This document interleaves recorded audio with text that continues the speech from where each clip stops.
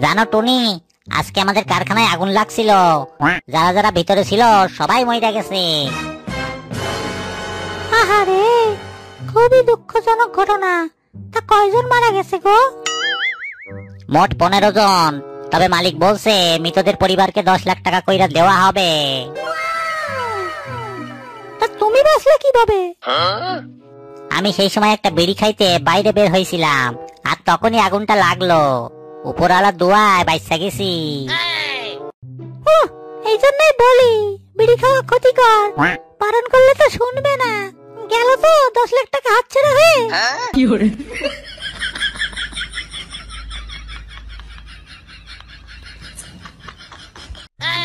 কি ব্যাপার বল্টু, আজকে তোমার অফিস থেকে আসতে এত দেরি হলো কেন?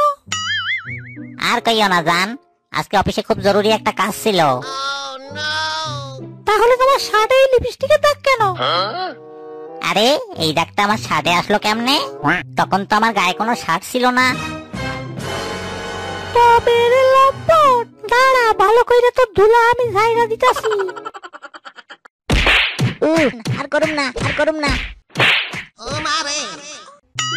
বুঝলি দোস্ত, আজকালকার মাইয়াগুলা খুবই খারাপ হইয়া গেছে। কেন, কি হয়েছে? আর কইস নে, একটা মাইয়ারে প্রপোজ করছিলাম, তা না বলে দিলেই পারতো। তা আবার আমার গার্লফ্রেন্ডের কাছে নালিশ করার কি দরকার ছিল? No, no, no, no.